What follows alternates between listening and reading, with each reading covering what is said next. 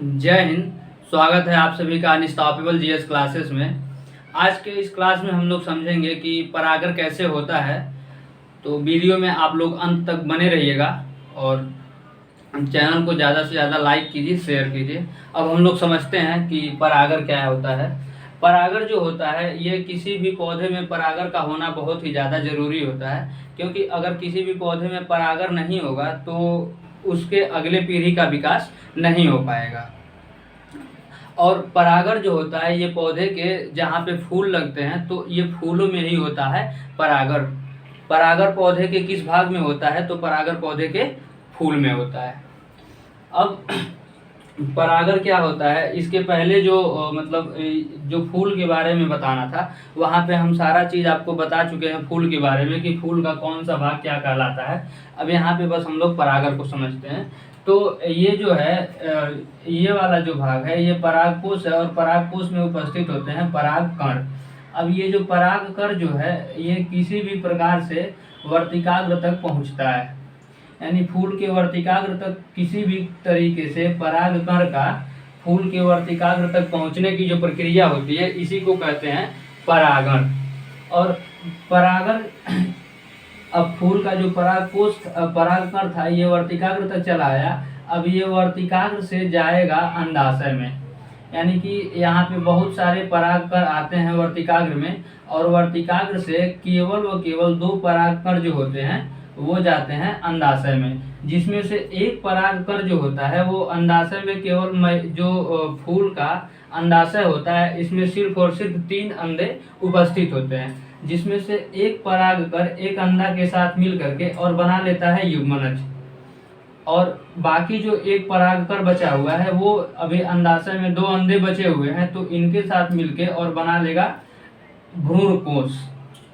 तो एक अंडाशय और एक परागकण के मिलने से युग्मनज बनता है और एक परागकण और 2 अंडा के मिलने से बनता है भ्रूणकोश। भ्रूणकोश को इंग्लिश में इंडोस्पर्म कहा जाता है और युग्मनज को इंग्लिश में जाइगोट के नाम से जाना जाता है। अब जब ये इसमें जब निषेचन हो गया, यानी कि एक परागकण एक अंडा के साथ मिल करके और ये जो मिलने की प्रक्रिया होती है इसको निषेचन कहते हैं, और निषेचन के फलस्वरूप इसमें क्या बनता है?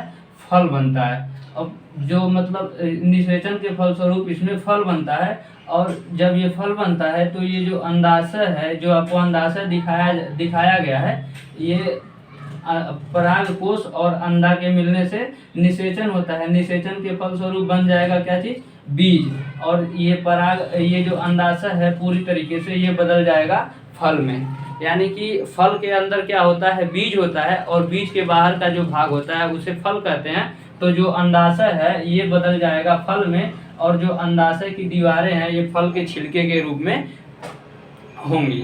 इसके बारे में विस्तार से हम लोग आगे समझ रहे होंगे जब फल हम आपको बता रहे होंगे।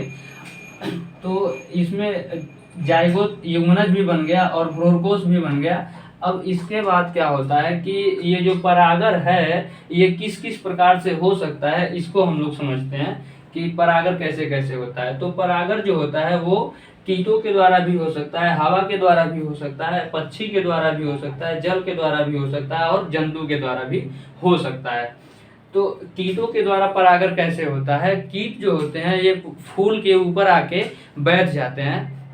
जब फूल के ऊपर कीट बैठ जाते हैं तो वो क्या करते हैं कि उससे रस को चूसने लगते हैं फूल से, और फूल के रस को जब ये चूसते हैं कीट तो किसी भी तरीके से ये परागकण जो होता है इनके ऊपर चिपक जाता है, या फिर इनके फूल पे जब ये इधर उधर घूमेंगे तो उससे किसी भी तरीके से परागकण क्या होता है कि वर्तिकाग्र तक चला आता है। वर्तिकाग्र जो होता है, वर्तिकाग्र जो बिल्कुल ऊपर वाला जो भाग है इसके ऊपर होता है चिपचिपा पदार्थ, और जब परागकण यहाँ से जब निकलता है कीट के ऊपर चिपक जाता है, या फिर जैसे भी जब ये किसी भी तरीके से यहाँ पे आता है इसके संपर्क में वर्तिकाग्र के, तो परागकण वर्तिकाग्र से चिपक जाता है और परागण की प्रक्रिया हो जाती है। इस प्रकार से कीटों के द्वारा परागण होता है। और दूसरा हम लोग बात करें हवा के द्वारा, तो अगर कीटों के द्वारा परागण होगा तो इतने सारे तो कीट हैं नहीं कि सबका परागण कर देंगे। इसके बाद हम लोग समझेंगे कि हवा के द्वारा कैसे परागण होता है। तो जब खेत में धान गेहूं की फसल लगी होती है, धान गेहूं मक्का जौ बाजरा जो भी फसल लगी होती है, तो अब उसमें तो इतने सारे भंवरे कीट जाएंगे नहीं कि वो परागण करेंगे।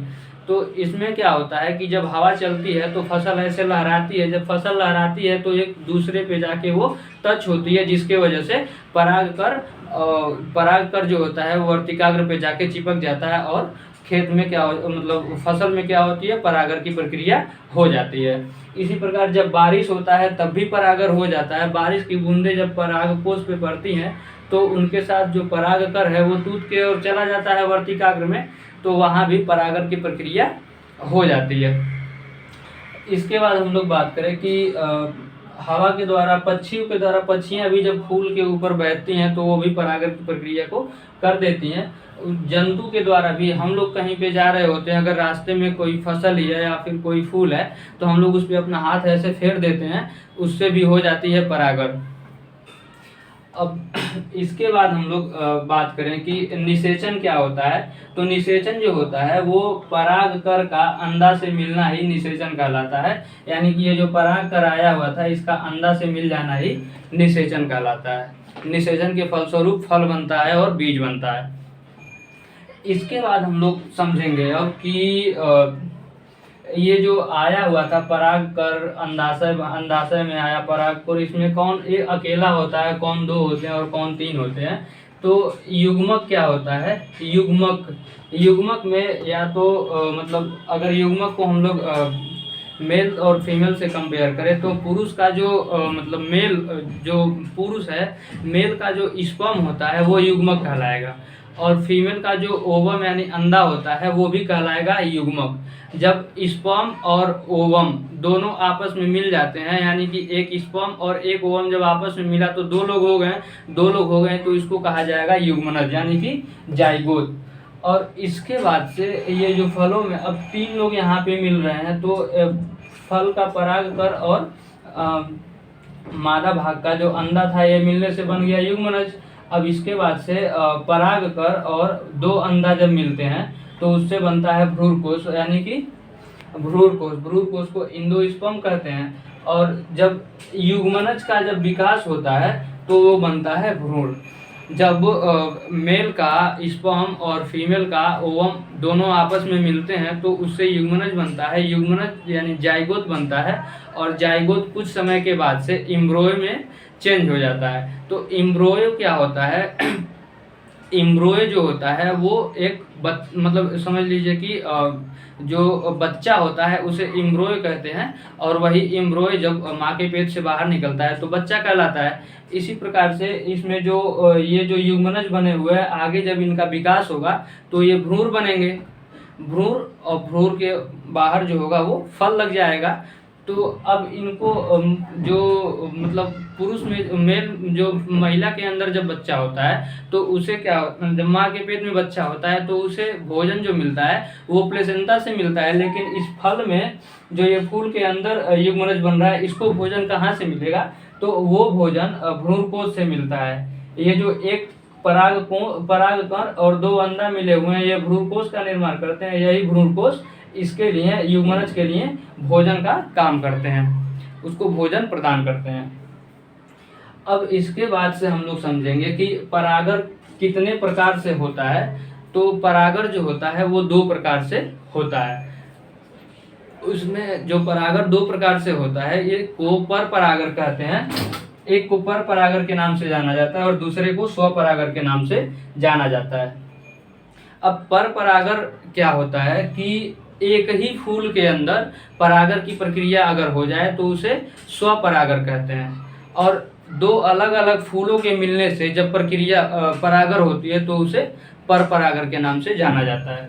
स्वपरागण को आप यहाँ से समझ सकते हैं, ये एक ही फूल के सारे हिस्से हैं और इसी में क्या हो जा रही है, परागण हो जा रही है, तो इसे स्वपरागण कहेंगे। और ये दो अलग अलग फूल हैं, इनमें आपस में जब परागण हो रही है तो इसे पर परागण के नाम से जाना जाएगा।